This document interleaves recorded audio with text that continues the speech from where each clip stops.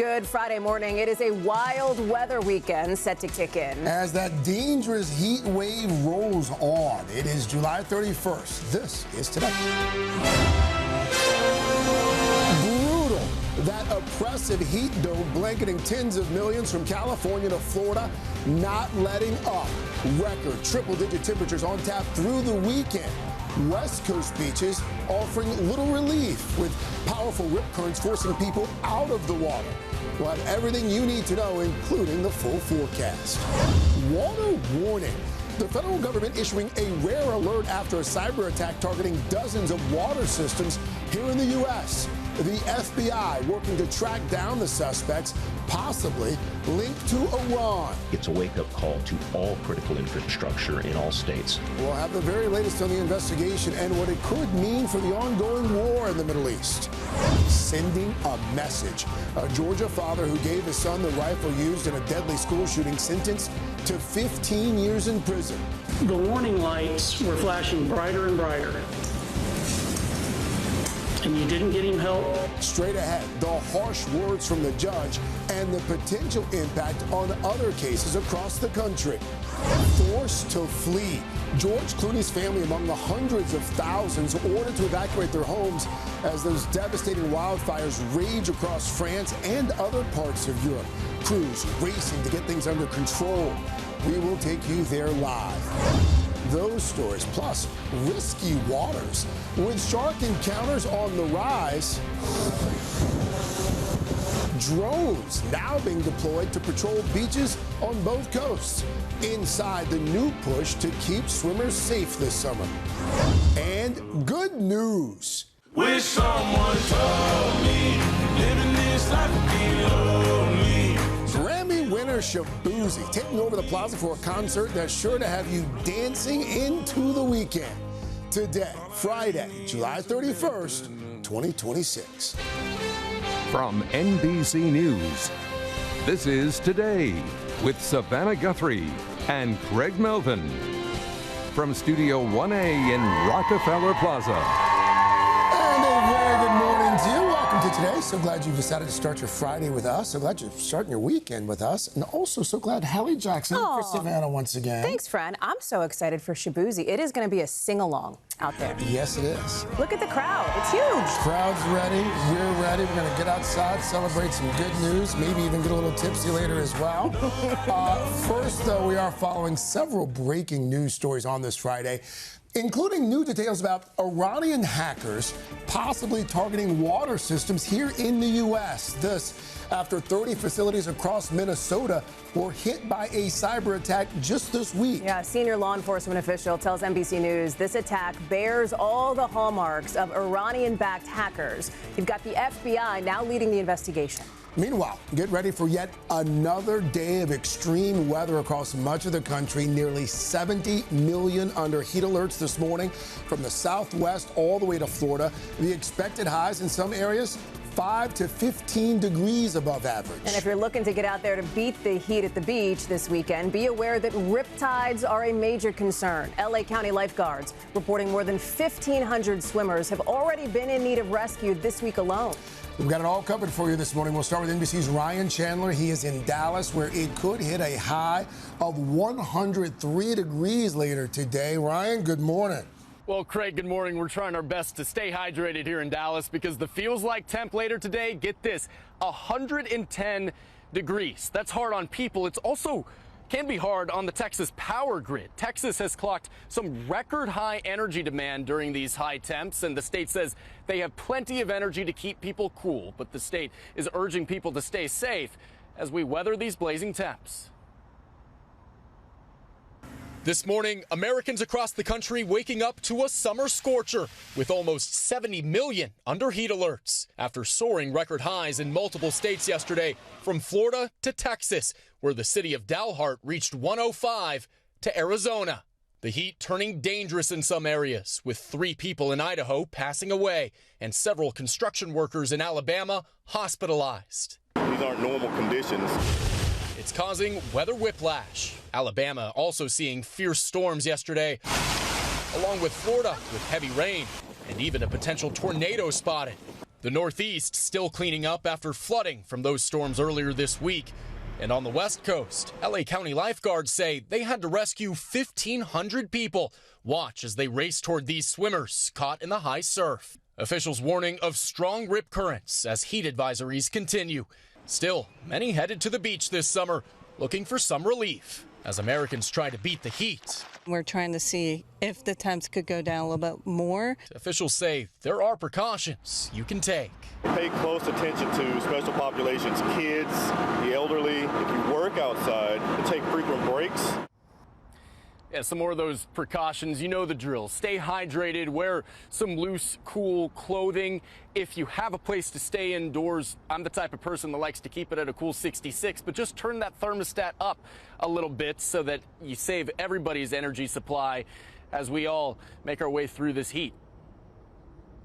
All right, Ryan Chandler with some good tips there. Thanks, buddy. Appreciate you, Ryan. Let's bring in Weekend Today meteorologist Angie Lastman, who is in for Al. And Angie, you got to be careful when it gets this hot. Yeah, you definitely do. And this is going to be something that we are going to be taking advice on through at least the next couple of days, guys.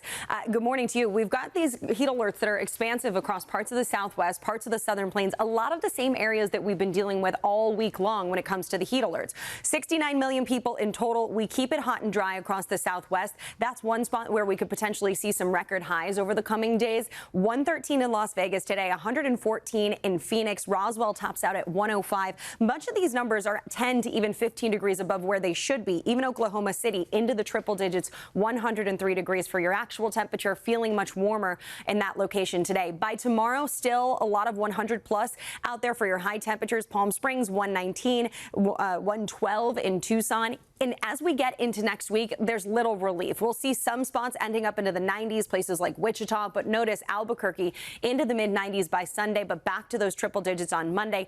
El Paso tops out at 100 degrees both Monday and Tuesday, and Dallas hangs out into those mid to even upper 90s for the long haul. We roll into August tomorrow, of course, the first day of the month. Here's what we've got for your outlook when it comes to temperatures. It looks like we're going to see those warmer than average temperatures continuing across much of the Southeast, stretching up into the mid-Atlantic, into the Northeast as well. Similar story across parts of the Pacific Northwest over the coming month, guys. All right, Angie, we will check back in with you in just a few minutes. Meanwhile, another major story this morning.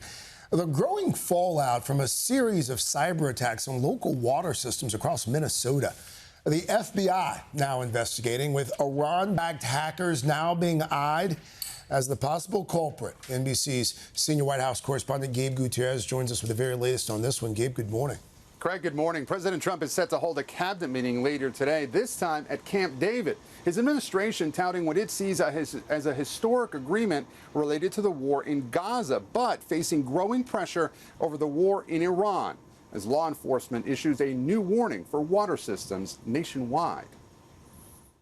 This morning, a potential new front in the Iran war, cyber attacks. The FBI issuing an urgent warning to cities across the country about cyber attacks to municipal water systems. Writing utility companies in at least 7 states have reported incidents to the FBI, and some of that activity degraded water operations. We've never had a similar incident, so this is the first. In Minnesota alone, more than 30 municipal water systems have been targeted. A senior law enforcement official tells NBC News the cyber attack bears all the hallmarks of Iranian-backed hackers, though the source cautions the forensic analysis is still in its early stages.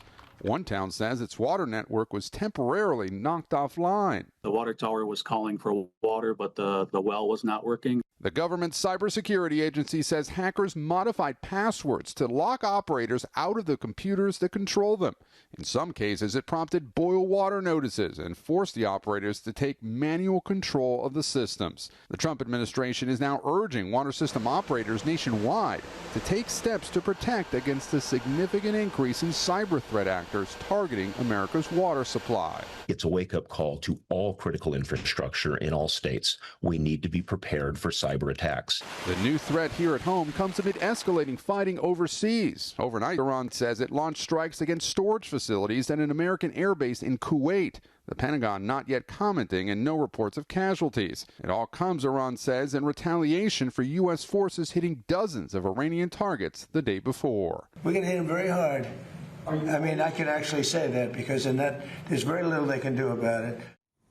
And overnight, the president announced what he called a historic agreement related to Gaza. He says his newly created Board of Peace has reached a deal to disarm Hamas, but Hamas says it, quote, will not take any steps regarding disarmament before Israel's withdrawal from Gaza.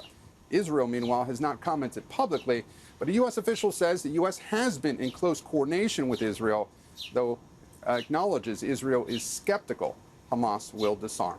Craig. All right. Gabe Gutierrez for us there at the White House. Gabe, thank you. Also this morning, President Trump is weighing in about the uncertain fate of his pick for Attorney General. Faced with objections from at least 2 Republican senators, the president is urging lawmakers to support Todd Blanche's nomination. Our Kelly O'Donnell is following that for us. Kelly, good morning.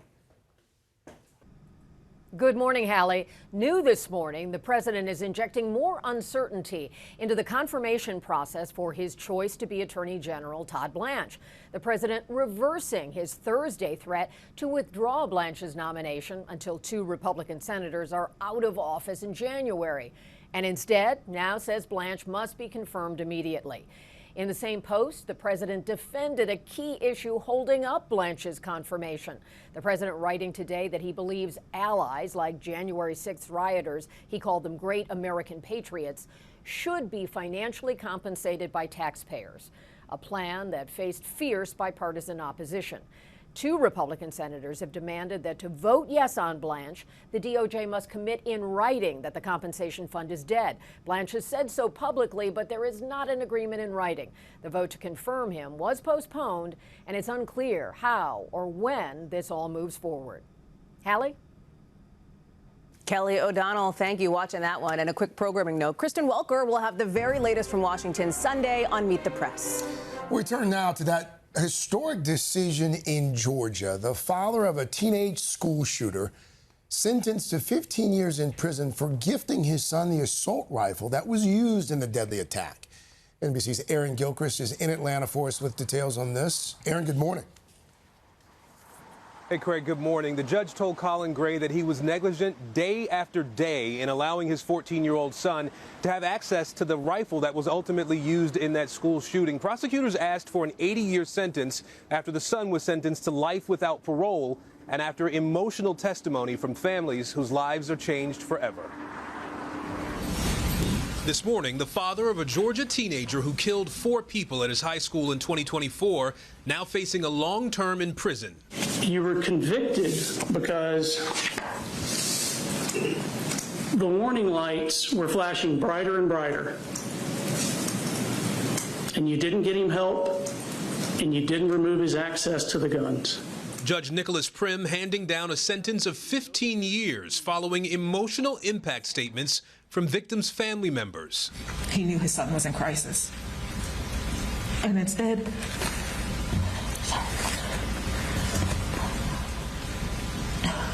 of acting, he chose to look away. Colin Gray was convicted in March after a 2-week trial, prosecutors focusing on his decision to give his then 14-year-old son Colt an AR-15 style rifle. The weapon seen here on surveillance footage before prosecutors say Colt killed 2 students and 2 teachers. Prosecutors pointed to years of troubling warning signs, including the teen's bedroom wall, lined with photos of the Parkland, Florida school shooter.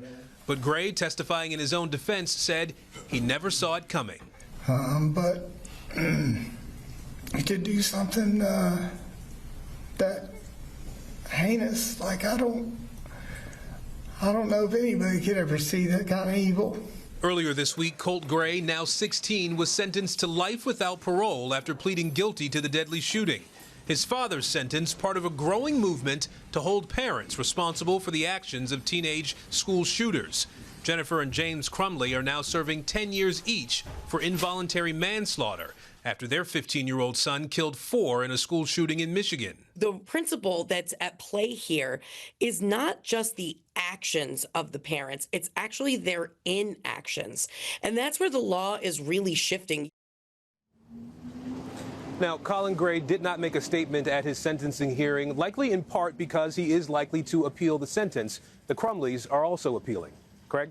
Aaron Gilchrist for us there in Atlanta. Aaron, thank you. We have more to get to this morning, including that ongoing rise in shark encounters at beaches on both coasts, with sightings and attacks causing concern. Officials are now leaning into new technology to keep swimmers safe. NBC's Sam Brock is on Rockaway Beach over in Queens, where the NYPD just demonstrated their drone push. Right, Sam? Good morning.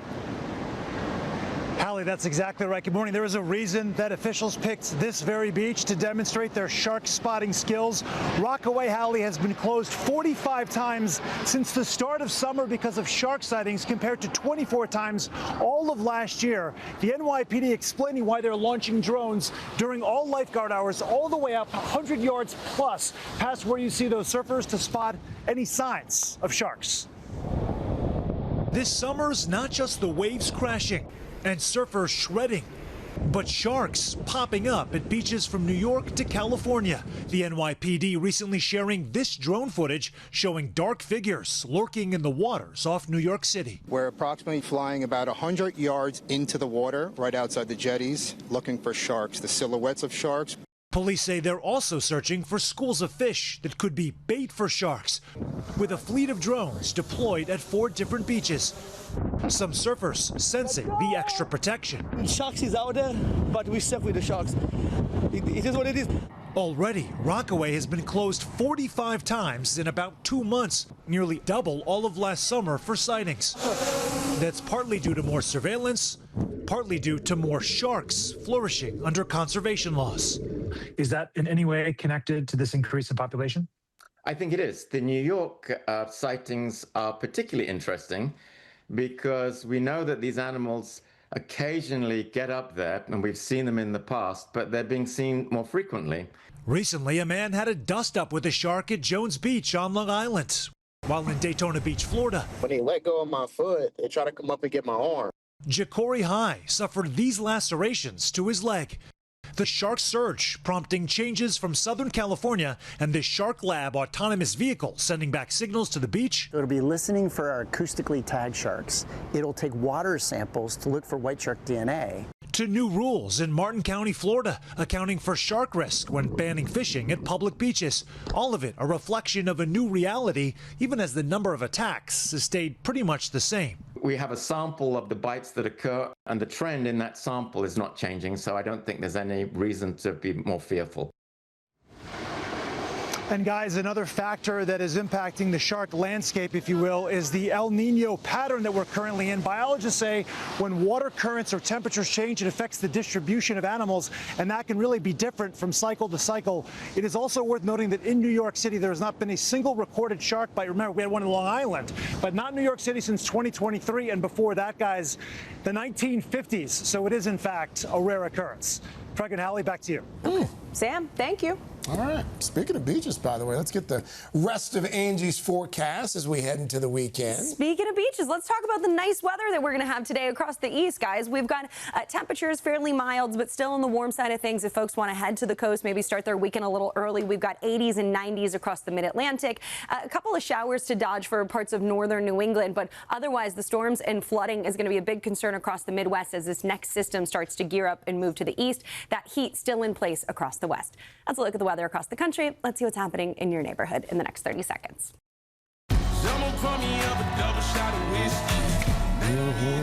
We're back, 7:30. Yes. Gearing up for a Friday party on the Plaza, hosted by Shabuzi. Of course, he shot to fame with that mega hit, a bar song, Tipsy. Brand new album, just dropped overnight. Cannot wait for the Grammy winner to take over the concert stage next hour. Of course, it would not be a concert morning without Carson Daly. This album's great, the Shabuzi album. I mean, this is an outlaw country concept album that could win a bunch of Grammys this year for him. That's so cool. Good for him. I'm glad to have him on the Plaza. It'll be a great show later today. But first, we've got a lot to get to. Busy half hour ahead, and we're going to start with an emergency situation that's unfolding overseas. Yeah, wildfires have been ravaging parts of Europe for weeks, fueled by historic heat waves. Hundreds of thousands of people forced to evacuate. And this morning, that now includes George Clooney and his family, who have fled their home in the south of France. NBC's Raf Sanchez is in that fire zone. He's near Bordeaux with the very latest. Raf, good morning. Guys, good morning. Yeah, we're now in the village of Le Porge, and this is really ground zero for the wildfire devastation in France. 183 houses like this were destroyed when the flames came ripping through here. And this is a level of chaos that not even George Clooney and his family have been able to fully escape. The wildfires ripping across southern France have turned the lives of hundreds of thousands of people upside down, including one of the region's most famous residents.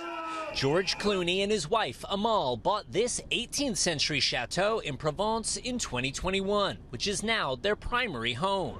But they announced this week they were being forced to evacuate alongside other residents as the flames closed in. Whatever happens to our village, we're part of this community and will be part of making it whole, Clooney wrote to the mayor.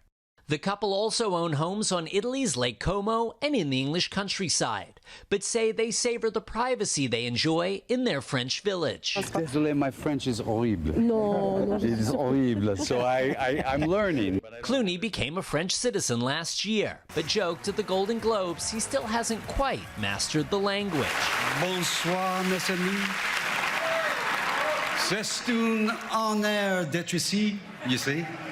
The evacuation order for their region has now been lifted, though it isn't clear if the Clooneys returned home.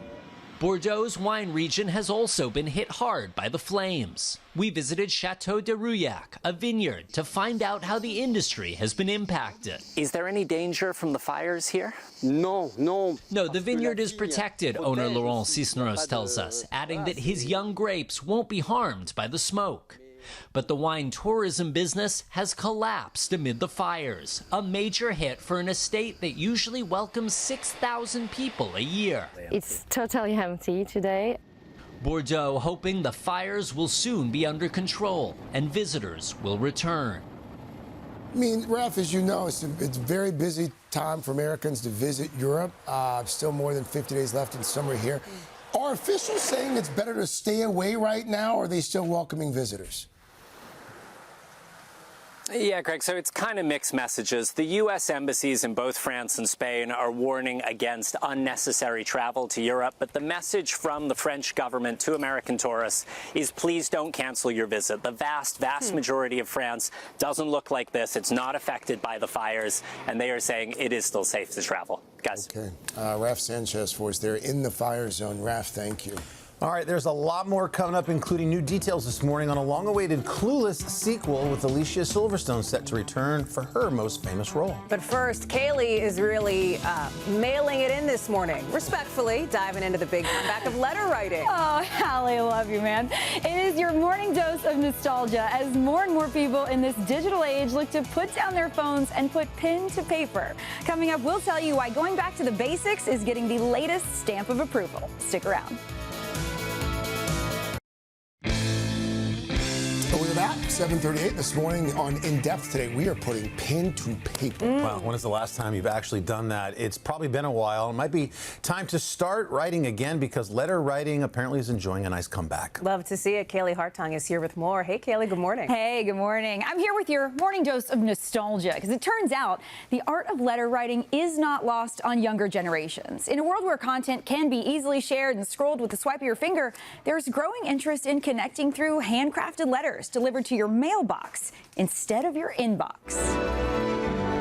Old-fashioned snail mail is enjoying a modern comeback. This is your reminder that not all mail needs to be bills. Thanks in part to what Pinterest calls a letter writing renaissance. My number one love language is a written note, a letter, something sent to me. With mail-related searches on the site booming, including pen pal ideas, cute stamps, and letter inspirations. I'm obsessed with the Barbie stamp. I think there's something special about handmade things and the kind of human connection you can physically hold on to. Snail Mail Club Google searches are up over 5,000% in the past year, too, sending subscribers personalized content they're eager to open, from recipes and art to sports and do-it-yourself crafts. Some creators and artists in the space even turning their side hustles into full-time jobs.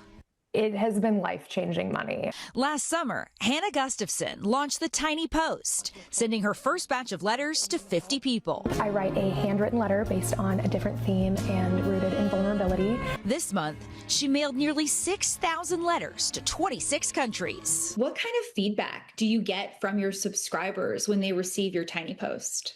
Oh my gosh, that is my favorite part is I will get letters in the mail back to my P.O. box. And so I get to open up hundreds of letters. And the digital world is finding ways to slow down too. The Slowly app unites pen pals around the globe, then delays the online delivery of messages depending on how far the writers are from each other. And on the site Escargot, you can create and send a physical greeting card without a visit to the post office. But there's a common thread running through each letter, no matter how it's signed, sealed, and delivered. What is your goal when someone opens a tiny post? My goal would be for them to feel connected.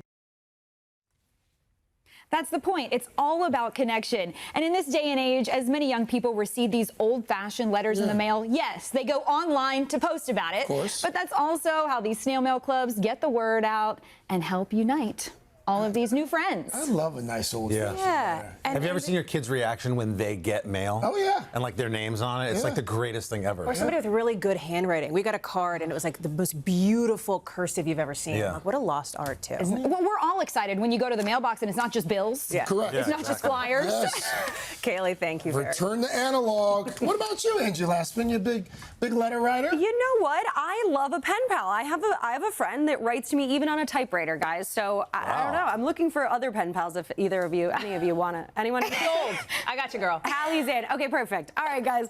Weather-wise, we've got a couple things that might get your attention, keep you inside. We've got some of these kind of showers and thunderstorms rumbling already this morning from Kansas City to Iowa City and up through Minneapolis. A little soggy, and that's all part of a bigger system that's going to be on the move over the next couple of days, eventually working its way to the East Coast by the time the weekend wraps up. Here's what we've got through the day today, though. Finishing our Friday with some of those downpours and the potential for strong, even gusty storms across parts of Missouri. We'll see that system move farther to the east for tomorrow. Still all the ingredients there for some of these showers, thunderstorms, and maybe even some localized flooding from Ohio to Alabama. By the time we get to Sunday, notice we start to get some of this rain working closer to the East Coast. We'll see it across parts of the Great Lakes. This wet weather will be what we kind of finish out our weekend with on Sunday. Otherwise today, nice conditions in the meantime from the Northeast down to the Mid-Atlantic and those warm conditions across parts of the South. Let's look at the weather across the country. Let's see what's happening in your neighborhood. And that's a look at your forecast, guys. All right. No PSSP. All right, we got a sneak peek for you. We're going to start. We've got EGOT winner and champion voice coach, my buddy John Legend. He's stepping into the shoes of this famous musician.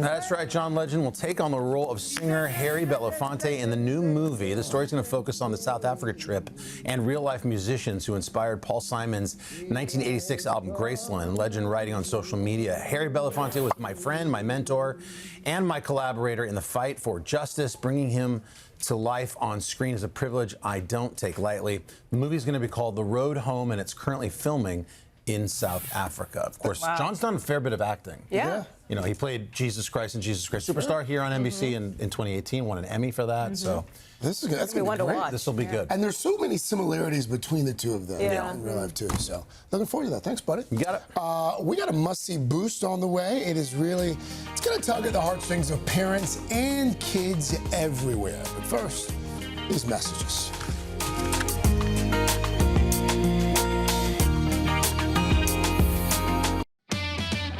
We are back now with your morning boost. What do we got? All right. JBH doesn't do Fridays, so I'm going to try to do it proud here. It is important to let our loved ones know just how much we appreciate them, right? So this video is going viral because it's proving just that. One stepmom asked her stepson to hold her phone while she filmed a video, but she made sure that the camera was recording him instead to capture, really sweet reaction. Take a look. My favorite person ever is, his name is Uli. He is so handsome and he is so nice to me. My favorite thing about him is his smile and how he's always looking at me and how he always wants to sit with me and hold my hand.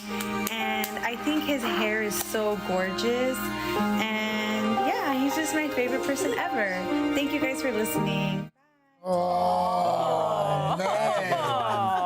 He's adorable. Everyone loves Uli. That video, by the way, has racked up nearly 10 million I can views. see why. I know. You seem to really be taking that in. A bunch of people are doing the same kind of thing, and every single one melts your heart. It's so cute.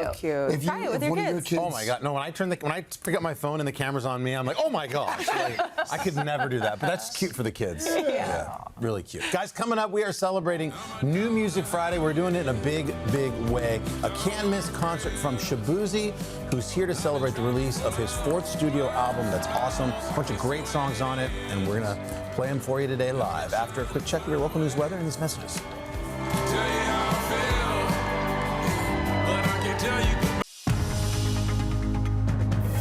It's 8 o'clock on today. Coming up, summer scorcher. Tens of millions waking up to yet another day of brutal heat.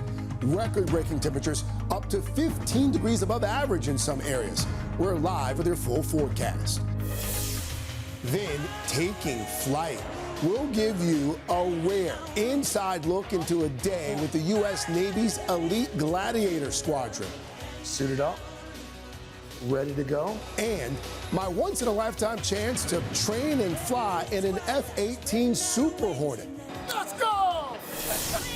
All that, plus we're totally bugging over a Clueless sequel. I'm in. Tom Holland's Spidey sense is tingling. I think he would make a great Spider-Man. And I need some good news. Well, you're in luck. Shabuzi taking over our plaza for a summer concert you do not want to miss. Today, Friday, July 31st, 2026. Starting the weekend at the Today Show with Shabuzi.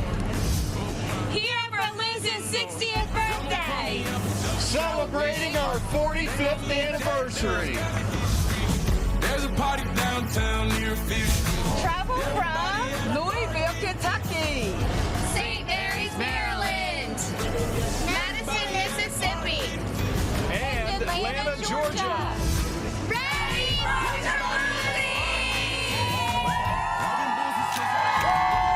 Hello, here for Shabuzi. Welcome back to Today. Thank you so much for starting your Friday morning with us. And a big thanks to Hallie Jackson, who's been in for Savannah. Savannah, of course, on assignment for NBC. You picked a good week. What a treat. 2 concerts in 1 week. Right. And Shabuzi today. The crowd is amazing. I love getting out there and hanging out with folks. It's been really a blast. If you enjoyed this week, just you wait until next week, Hallie Jackson. We've got a slew of stars coming your way. Check it out.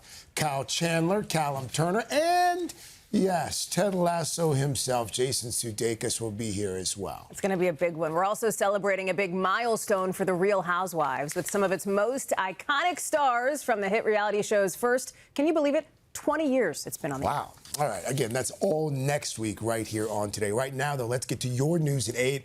Now, we're going to begin with that dangerous heat wave, an oppressive heat dome blanketing tens of millions of Americans from California to Florida, including triple-digit temperatures in the Southwest and Texas.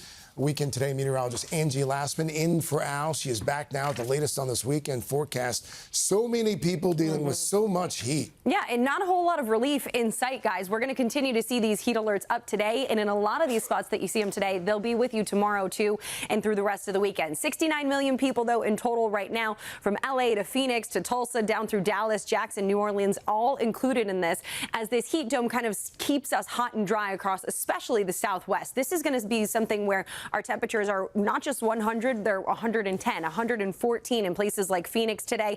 Oklahoma City tops out at 103. Even as far north as Billings, Montana, we're into the triple digits with these temperatures 10 to 15 degrees above normal through the weekend. Rapid City tomorrow, 99. Grand Junction, 103. Tucson at 112. And not a whole lot of relief in sight even as we get into early next week. 101 in Albuquerque on Monday. We'll see the 90s in Wichita. Dallas ends up into the 90s, mid-90s, I should say, by Sunday, but right back to those triple digits as Tuesday rolls around. Yuma, Arizona, Sunday, 116 degrees. And as we head into our next upcoming month, it starts tomorrow, of course. Big picture look, we're looking still at warmer than average temperatures for a good chunk of the country. Parts of the southern plains into the southeast and up through the northeast, all included in that, as well as parts of the Pacific Northwest, guys. A lot going on, Angie. Thank you. Now to the cyber attacks on local water systems across Minnesota. The FBI investigating with Iran-backed hackers now being eyed as the possible culprit. Our senior White House correspondent Gabe Gutierrez is joining us with the very latest. Hey, Gabe, good morning. Hi, Hallie. Good morning. Iran says it launched new strikes overnight against American forces in the region, and now U.S. law enforcement is issuing that new warning about the nation's water supply. This morning, a potential new front in the Iran war, cyber attacks. The FBI issuing an urgent warning to cities across the country about cyber attacks to municipal water systems. Writing utility companies in at least 7 states have reported incidents to the FBI, and some of that activity degraded water operations. We've never had a similar incident, so this is the first. In Minnesota alone, more than 30 municipal water systems have been targeted. A senior law enforcement official tells NBC News the cyber attack bears all the hallmarks of Iranian-backed hackers, though the source cautions the forensic analysis is still in its early stages. One town says its water network was temporarily knocked offline. The water tower was calling for water, but the well was not working. The government's cybersecurity agency says hackers modified passwords to lock operators out of the computers that control them. In some cases, it prompted boil water notices and forced the operators to take manual control of the systems. The Trump administration is now urging water system operators nationwide to take steps to protect against the significant increase in cyber threat actors targeting America's water supply. It's a wake-up call to all critical infrastructure in all states. We need to be prepared for cyber attacks. The new threat here at home comes amid escalating fighting overseas. Overnight, Iran says it launched strikes against storage facilities and an American airbase in Kuwait.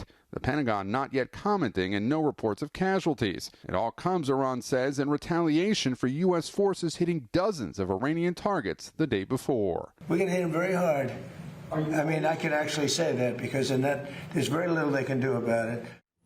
Now, President Trump is set to hold a cabinet meeting at Camp David today. His administration is touting what he calls a historic agreement related to the war in Gaza. He says his newly created Board of Peace has reached a deal to disarm Hamas, though Hamas says it will only do it if Israel leaves Gaza first. Prime Minister Netanyahu has not commented publicly, but a U.S. official acknowledges Israel is skeptical, Howard. Okay, Gabe Gutierrez, thank you. Got some breaking news overseas right now. At least 34 migrants have died trying to reach the Spanish territory of Ceuta after tens of thousands of people breached the border in Morocco. The crisis boiling over for a second day with security forces clashing with migrants on the Moroccan side of that border.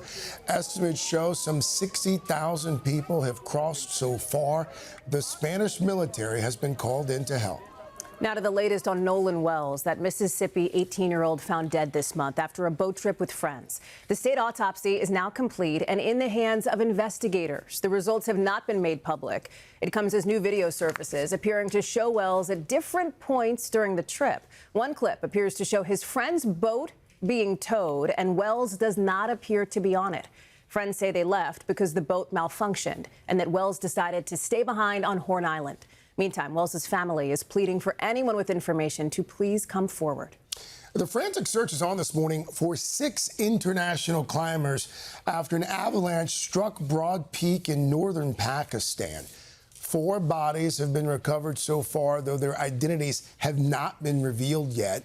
The expedition includes American climber Mallory Geis. And Pakistani officials say the avalanche struck the team of 10 climbers yesterday, and search and rescue operations are still underway. Broad Peak is the world's 12th highest mountain.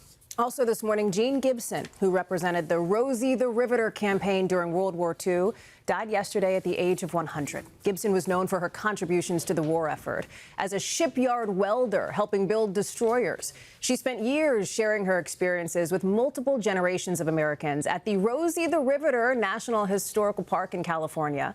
Gibson and her fellow Rosies were collectively awarded the Congressional Gold Medal in 2024 to recognize their contributions. What a legacy. Legend indeed. All right. We got more ahead, including, of course, Pop Star. What you working on, buddy? Well, we got a lot going on, guys. That is Spider-Man. The movie's swinging into theaters right now. And could you imagine anybody other than Tom Holland as the beloved superhero? Well, Tom himself is weighing in on that coming up. But first, Craig conquers his need for speed. Look at this, his once-in-a-lifetime opportunity to take to the skies in an FA-18 Super Hornet. I love this one. That's right after this.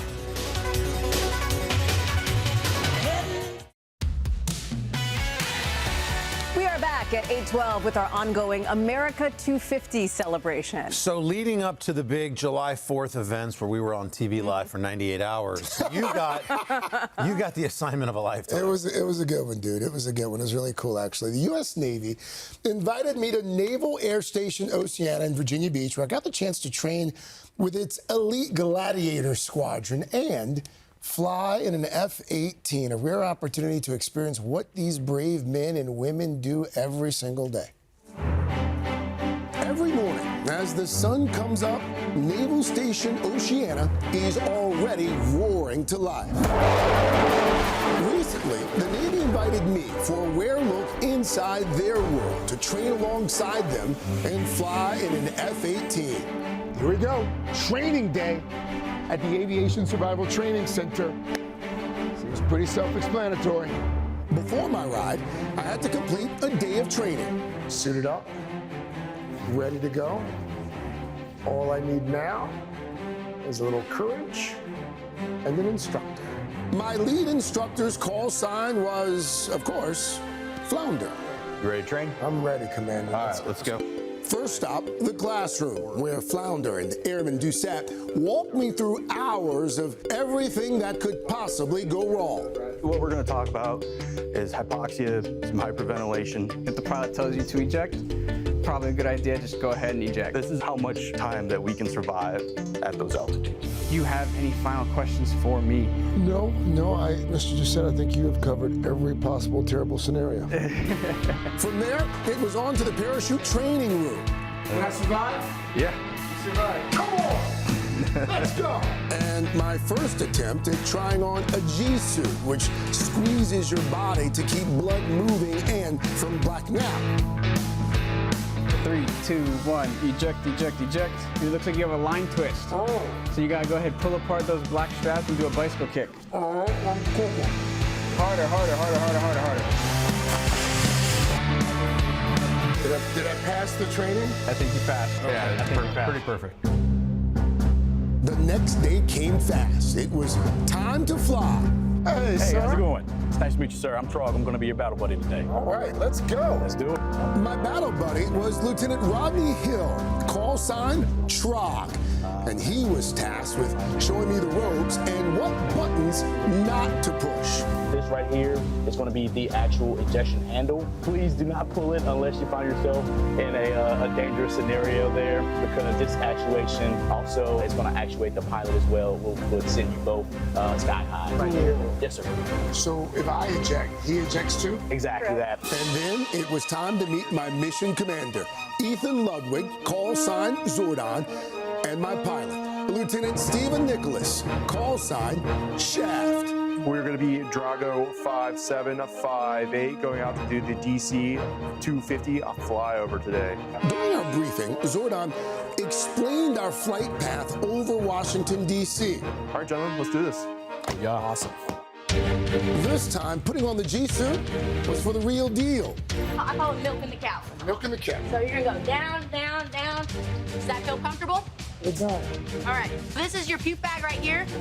And I will say, we do have a rule here at 106. If you puke in the gear, you gotta clean it, and you gotta tell the pilot you puked in it. Count of 3, do a hop and drop. 1, 2, 3. All right, you are ready to fly. Ready to fly. Hear that?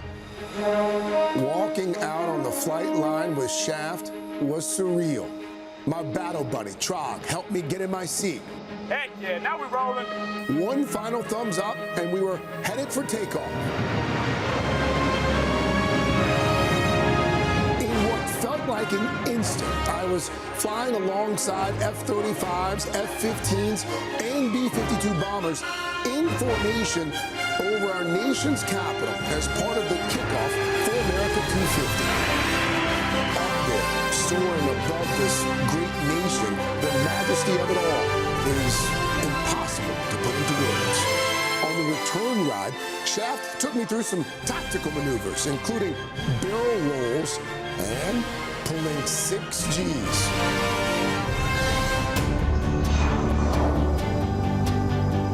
Let's go! Back on the ground, I felt grateful and full of pride in what these young men and women do every day for us. That would have been as good as it could have gone. That was awesome. I mean, what these guys do really is remarkable. They make it look so easy. Newfound respect for what you guys do, day in, day out. Thank you. Thank you. We love what we do, and it was an honor flying. I came for the ride of a lifetime. I left with a reminder of our country at its best.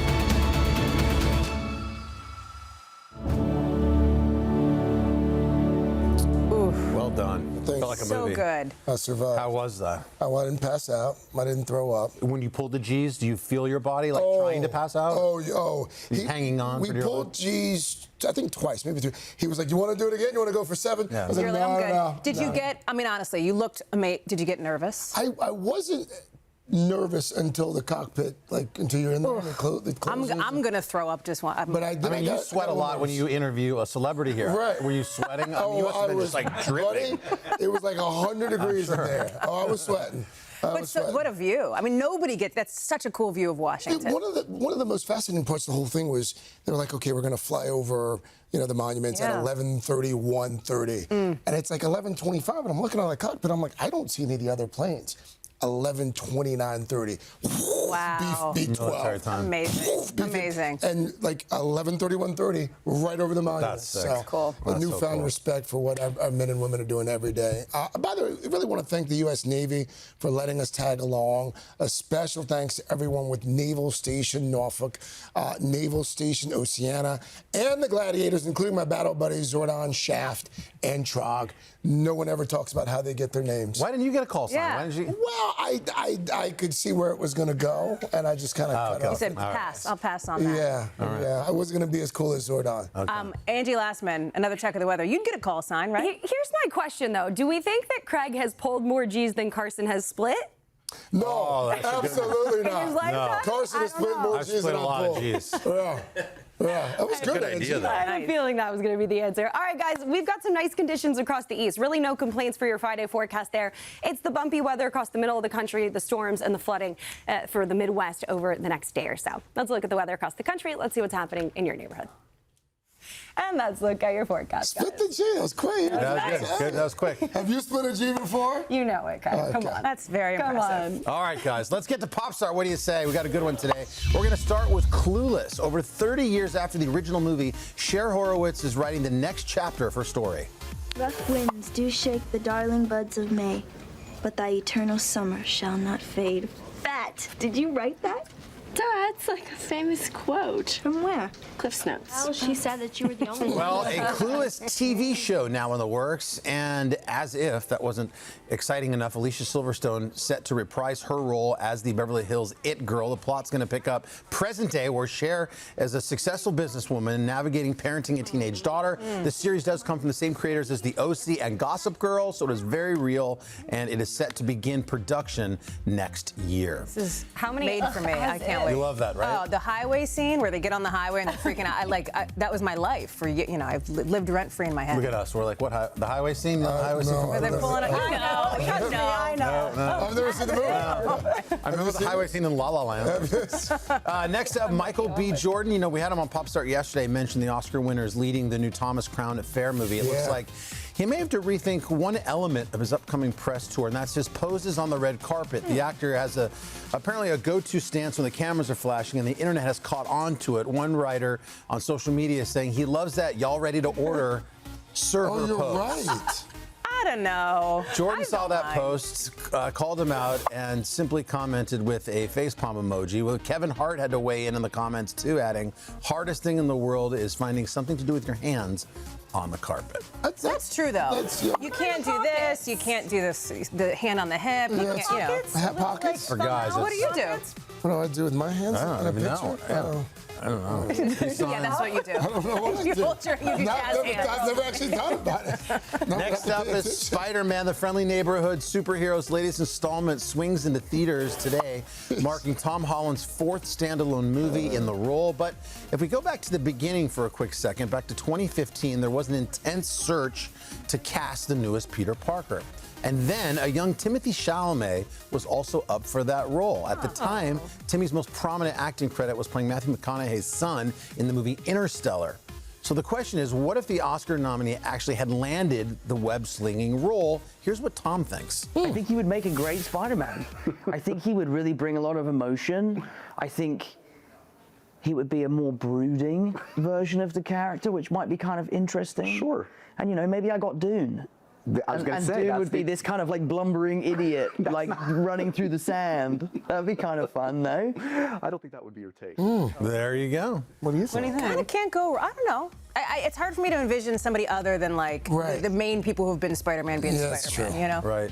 And Chalamet might have missed the Knicks winning because he might have been depressed for Spider-Man right now. That would have been a devastating So I think things blow. worked out as they were supposed to. Knicks Finally, in 5. it is New Music Friday. We're going to kick things off with Ariana Grande, overnight the Grammy winner, dropping her 8th album, Pedal. And here's a peek at one of those tracks. This is called Bad Thing.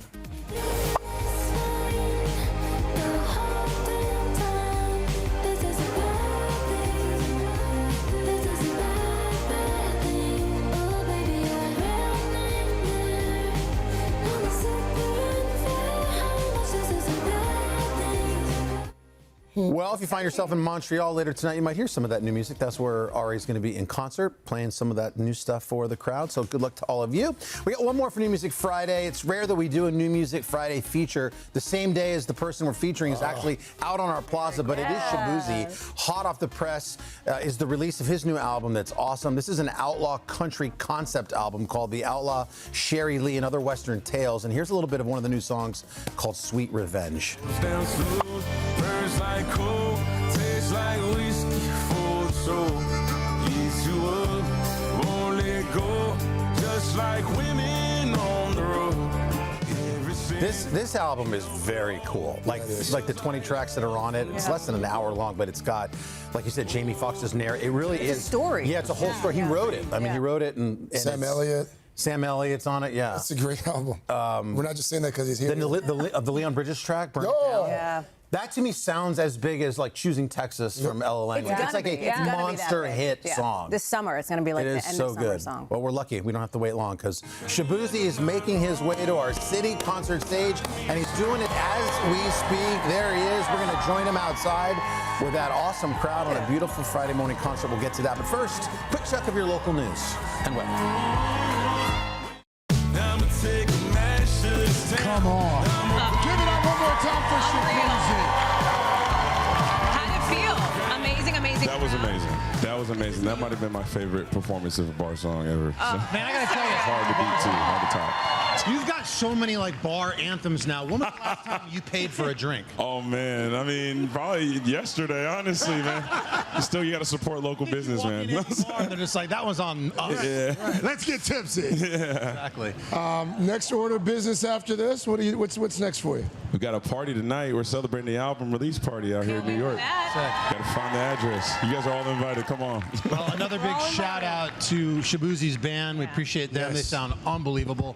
And that record right there is fantastic. It's The Outlaw, Sherry Lee, and Other Western Tales. Again, it's a concept album. You put it on track 1 and don't even touch it. Just let it go. Yeah. It'll walk you through a cinematic musical tale. It's a beautiful thing, man. Thank you for being here. Yeah. And then the tour October, you said? September, actually. Misspoke earlier. Yeah. September tour. Don't go anywhere, folks. We've got one more song to go coming up in our third hour. We'll do that after a quick check of your local news, weather, and make some noise for Shabuzi. These messages. Hey, thanks for watching. And don't forget, you can catch the Today Show every morning on NBC or take Today when you're on the go. Just follow the Today podcast on Apple Podcasts, Spotify, or wherever you listen.